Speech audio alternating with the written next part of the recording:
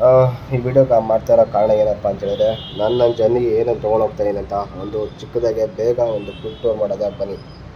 Quick tour ಮಾಡೋದ. First ನನ್ನ ಬಟ್ಟೆ ವಿಚಾರಕ್ಕೆ ಬಂದರೆ, ನಾನು ತೊಗೊಂಡೋಗ್ತಾ ಇರೋದು ಒಂದು 7 ಟಿ ಶರ್ಟ್ ತೊಗೊಂಡೋಗ್ತಾಯಿದ್ದೀನಿ. ಆಮೇಲೆ 2 ಜೀನ್ಸ್ ಎಲ್ಲೂ ಯೂಸ್ ಆಗೋಲ್ಲ ಇರಲಿ ಅಂತ ತೊಗೊಂಡಿದ್ದೀನಿ. ಆಮೇಲೆ 2 ಶಾರ್ಟ್ಸು, ಒಂದು 4 ಇನ್ನರ್ ವೇರು ಮತ್ತು ಟವಲ್ ತೊಗೊಂಡಿದ್ದೀನಿ. ಕ್ಯಾಂಪಿಂಗ್ ವಿಚಾರಕ್ಕೆ ಬಂದು ಹೇಳಿದ್ರೆ, ಒಂದು 2% ಟೆಂಟ್ ಇದೆ ನನ್ನ ಹತ್ರ. ಆಮೇಲೆ ಒಂದು ಸ್ಲೀಪಿಂಗ್ ಬ್ಯಾಗ್ ಇದೆ.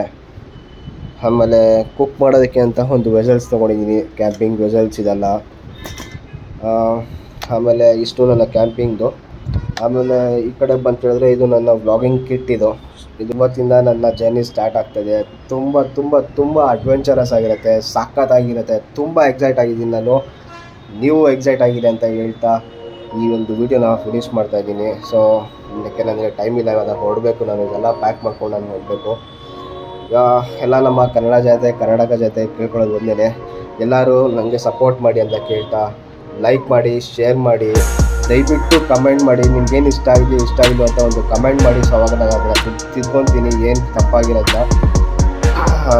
ಇಲ್ಲ ಇದಕ್ಕೆ ಇದನ್ನ ಹೇಳ್ಬಿಟ್ಟು ನನ್ನ ವೀಡಿಯೋನ ಮುಗಿಸ್ತಾ ಇದ್ದೀನಿ.